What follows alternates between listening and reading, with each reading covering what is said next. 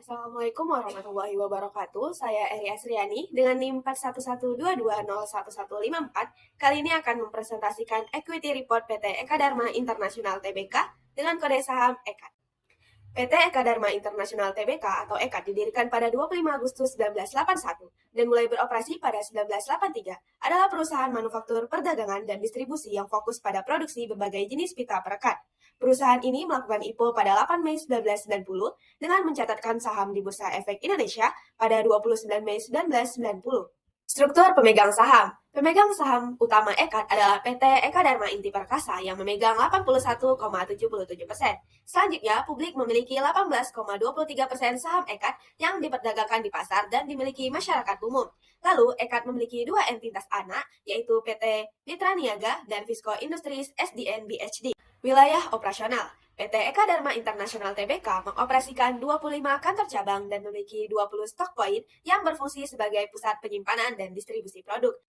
Analisis strategis. Yang pertama, aksi korporasi perusahaan. Dalam 5 tahun terakhir, EKAD melakukan beberapa aksi korporasi, yakni pada tahun 2023 membagikan dividen tunai sebesar 31,44 miliar. Analisis ekonomi global dan lokal. Kenaikan harga minyak sekitar 40% berimbas pada kenaikan harga bahan baku petrokimia yang digunakan dalam produk pita perekat.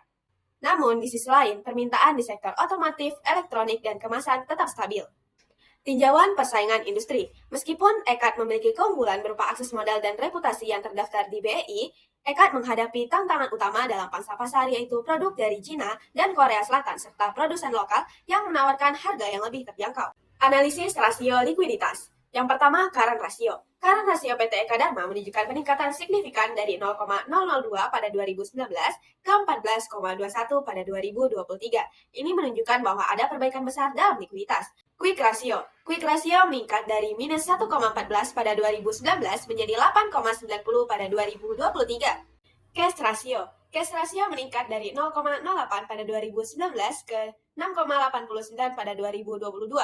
Namun menurun signifikan menjadi 2,52 pada 2023. Meskipun rasio ini tergolong baik, penurunan tersebut menunjukkan penurunan kemampuan perusahaan untuk memenuhi kewajiban jangka pendek dengan cash yang tersedia.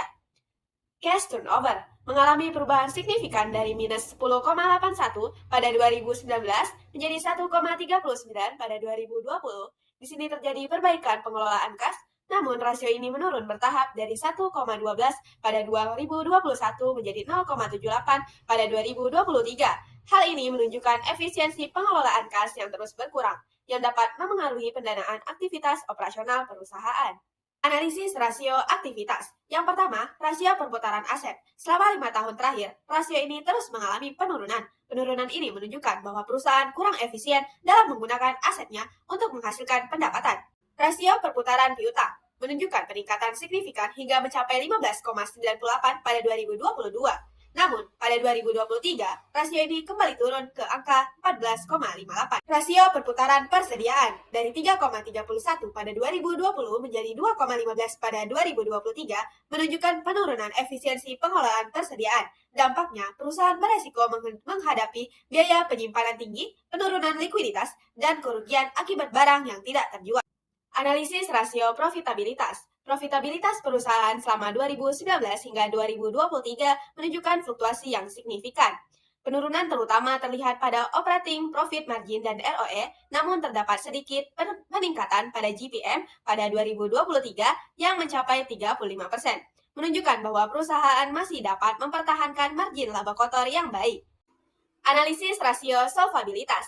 Debt to asset ratio dan debt to equity ratio terus menurun dari 2019 hingga 2023 yang menunjukkan bahwa utang perusahaan semakin kecil dibandingkan dengan aset dan ekuitasnya. Namun, terdapat kelemahan signifikan pada interest coverage ratio yang turun drastis pada 4,14 di 2019 menjadi hanya 1,09 pada 2023. Penurunan ini menunjukkan melemahnya kemampuan perusahaan untuk membayar beban bunga. Analisis rasio nilai pasar. Pada 2019, earning per share relatif rendah dibandingkan dengan book value share, mencerminkan laba per saham yang kecil, meskipun nilai buku bersaham tinggi. Pada 2022 dan 2023, IPS turun tajam dan stagnan di sekitar angka 21. Sementara itu, BVS juga menunjukkan tren penurunan, tetapi tetap jauh lebih tinggi daripada EPS. menandakan bahwa nilai buku per saham masih terjaga meskipun kinerja laba melemah. Secara keseluruhan, PT Eka Dharma International Tbk menunjukkan perbaikan likuiditas dan solvabilitas antara 2019 hingga 2023, tetapi menghadapi tantangan dalam pengelolaan kas dan penurunan profitabilitas. Analisis horizontal. Berdasarkan analisis horizontal laporan laba rugi, penjualan perusahaan terus menurun dari tahun ke tahun, diikuti oleh penurunan laba bruto dan laba bersih. Meski beban usaha berhasil dikendalikan, laba usaha tetap fluktuatif. Laba tahun berjalan sempat naik, tetapi anjlok tajam sejak 2022-2023. Tren ini menunjukkan menurunnya daya saing, efisiensi operasional, dan kurangnya inovasi, memberikan sinyal negatif bagi prospek pertumbuhan perusahaan. Analisis horizontal, laporan posisi keuangan. Aset lancar tumbuh stabil, utang berkurang, dan keuangan perusahaan terlihat baik. Namun, pertumbuhan ekuitas melambat dan aset jangka panjang yang tidak stabil bisa menjadi masalah untuk masa depan. Analisis tren. Hasil analisis tren menunjukkan penurunan penjualan dari 103% di 2019 ke 70% di 2023. Meskipun efisiensi biaya produksi berhasil dicapai, namun laba bruto dan laba bersih tetap menurun akibat melemahnya penjualan dan penghasilan non-operasional yang tidak stabil. Aset lancar dan tidak lancar meningkat, menunjukkan kemampuan perusahaan memenuhi kewajiban dan investasi jangka panjang. Total aset meningkat, mencerminkan pengelolaan yang baik. Liabilitas turun, menunjukkan perusahaan aktif melunasi hutang. Namun, ekuitas menurun, kemungkinan karena dividen besar atau laba yang lebih rendah. Analisis financial distress menggunakan Z-score menunjukkan kondisi finansial perusahaan dari 2019 ke 2020. Z-score sedikit turun dari 4,99 menjadi 4,84, mencerminkan tekanan finansial. Namun, pada 2021, Z-score melonjak menjadi 12,39, menunjukkan perbaikan signifikan. Pada 2023, Z-score mencapai 13,27, menandakan perusahaan dalam kondisi finansial sangat baik dengan resiko kebangkrutan yang rendah. Analisis free cash flow. Free cash flow perusahaan turun dari 56,31 miliar di 2018 ke 47,33 miliar di tahun 2019, lalu menurun kembali pada 2022 dan 2023. Walaupun sempat mengalami penaikan. Analisis free cash flow. Free cash flow perusahaan turun dari 56,31 miliar di tahun 2018 ke 47,33 miliar di tahun 2019. Kemudian tumbuh signifikan hingga 94,73 miliar di tahun 2021. Namun, FCF ini kembali turun lagi pada 2022 dan 2023. Kemungkinan karena peningkatan pengeluaran operasional atau investasi, sehingga perusahaan perlu meninjau alokasi arus kas untuk menjaga likuiditas dan pertumbuhan. Analisis Economic Value Added atau EVA. EVA 2023 menunjukkan perusahaan menciptakan nilai tambah ekonomi sebesar 146,3 miliar dengan NOPAT 63,4 miliar dan beban modal minus 82,9 miliar.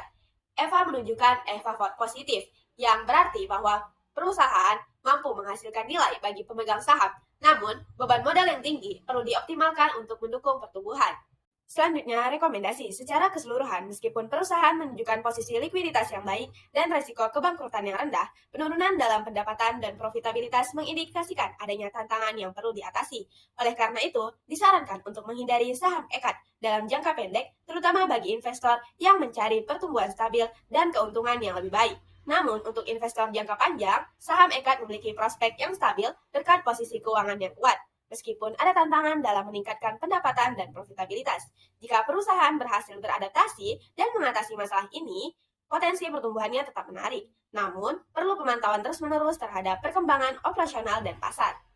Selanjutnya, portofolio saham. Saya membeli saham BRMS karena kinerjanya yang solid dan prospek jangka panjang yang menjanjikan, meskipun harga sahamnya fluktuatif.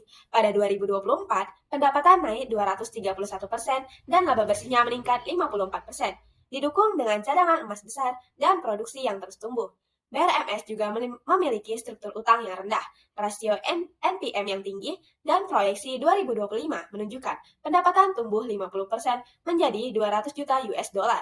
Ditambah rencana ekspansi tambang Poboya pada 227 dengan kandungan emas berkualitas tinggi menjadikannya investasi yang menarik.